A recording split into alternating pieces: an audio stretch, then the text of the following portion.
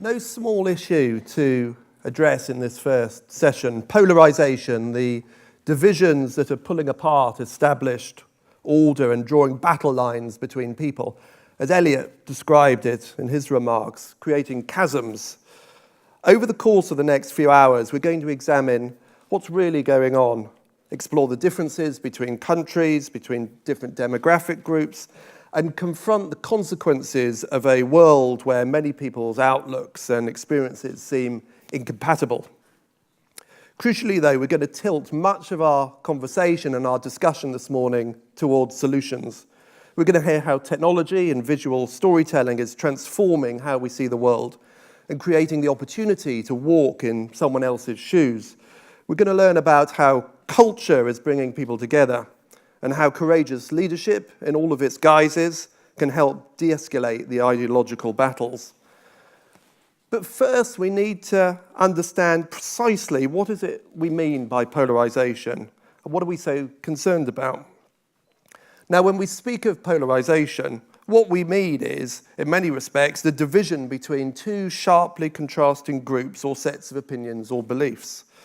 We see it in the growing extremism of political language, the new culture clawing away, and culture wars clawing away at countries like America, the rise of populism and populist leaders, both from the left and from the right, the erosion of traditional voter behaviour, replaced by a simple horizontal line dividing the haves and the have-nots.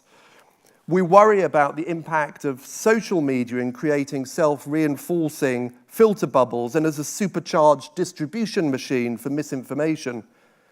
We hear these trends in the wailing of pundits and wannabes shouting each other down on 24/7 news channels in disparaging tweets and in misleading advertising. And we see the very hostile attacks on experts and expertise, and with it the call of fake news, now a lazy shorthand for anything you disagree with. And in all of this, what former British Prime Minister Sir John Major highlighted this week, the drowning out of middle opinion. Now, we highlight that polarisation isn't just about language or argument, it's concrete. In many developed countries, there's a genuine crisis of inequality. And we're seeing decreasing social mobility, diverging economic fortunes, most profound between the baby boom generation and the so-called millennials. These challenges and the resulting suspicion that the game is rigged for most of the players are upending many of the settled beliefs about the benefits of capitalism, globalisation, free trade, international cooperation. Perhaps more alarmingly, they're creating fertile ground for demagogues and for the erosion of democracy. Now, it's not an exaggeration to say that liberalism and the democratic model is in a desperate state. In the last few weeks alone, we've seen 2 reports illustrating the degree to which this trend is playing out globally. More than half the countries in the Economist Democracy Index saw their democratic health scores fall this year. The United States was downgraded from a full democracy to a flawed democracy by this Economist report, meaning the US voters have lost faith in their government, elected representatives, and political parties. In Eastern Europe, it's now an open question whether the democratic process of the last 30 years will prove to be a brief aberration in a long line of illiberal regimes. Now, the metric I care about and my firm Edelman cares about is trust. And we've been tracking this notion for the last 18 years. And we're seeing a very similar trend. In fact, no country in the 28-country research we do saw a steeper decline than the US, with a 37-point drop in trust across the 4 institutions we measure. The country that increased the most this year, China, with a 27-point gain. I suppose in some respects you could characterize this as a type of polarization. But what we've seen in our data for the first time this year is that the trend is much broader than simply America versus China.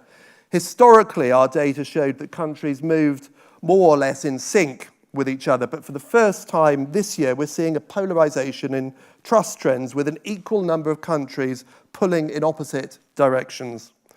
In fact, 6 countries saw extreme trust gains and 6 saw extreme trust losses. But I'd caution us all not to overstate the diagnosis. Perspective matters here, especially if, like me, you're watching the circus in either Washington or London from a front row seat. Now, as a former journalist, I think, perhaps I speak for the other three moderators this weekend, your tendency is too often to dwell on the bad news. News is about what happens, not what doesn't, which is why it tends to be event-driven. Fires, natural disasters, job losses, terrorism, wars. But let's zoom out for a moment. Let's not forget that despite the legitimate concerns that many of our fellow citizens have about their futures, we are living in an age of significant economic progress, especially in the developing world. The proportion of the world's population living in extreme poverty is now below 10% for the first time. Every day, the number of people around the world living in extreme poverty, that's less than $2 a day, falls by 217,000. A smaller share of the world's people are hungry than any time in history, and literacy, once the privilege of a small minority, is now north of 85% and climbing further still. The number of middle-class consumers in the world is now somewhere between 3 and 4 billion. Brookings estimates that over the next decade, this group is likely to grow faster than at any other point in history. This change might just represent the single most important rise in general human welfare ever. And this chart I absolutely love. It is what Bill Gates describes as the most beautiful chart in the world. It shows the falling rate of child mortality between 1990 and 2015, which has resulted in, Gates estimates, about 122 million kids' lives being saved. So for all the alarmism we hear about crumbling modern civilization, we are living in an era of tremendous progress. But while there is no doubt that the backdrop is actually, as we've seen, remarkably good, we shouldn't dismiss the troubling evidence that the architecture, certainly of the industrialized world, is under strain. Now, there are, to be sure, some first world problems that might lead you to think talk of social and political Armageddon is overdone. Last week in the UK, the one story substantially bigger than Brexit was the fact that Kentucky Fried Chicken had run out of chicken nationwide. This is not a spoof, right? This event was treated like a national emergency. The police were issuing instructions to the public on Twitter to stop calling them about it. I mean, it was chaos, and it made headlines everywhere. Now, this is not exactly end-of-days stuff. But what I think what we may hear later this morning from former Prime Minister David Cameron, and Britain is a country divided, but most painfully, not on the issue of chicken, but on the issue of Brexit. Like other industrialised democracies, in the UK there is a sense that institutions are no longer working as they should, that the political leadership is adrift, and that at the same time technology is moving at such a pace that citizens can't keep up. In no developed country are the big questions of the next 20 years really being tackled. What automation and artificial intelligence will do to work, to education and social order. Now, clearly this doesn't bode well either for the countries themselves or indeed in creating the necessary conditions for accelerating the kind of benefits that Bill Gates and all of us in this room want to see. Therefore, we must understand why we are seeing the divisions that we are and take the time to really figure out what we can do to close them.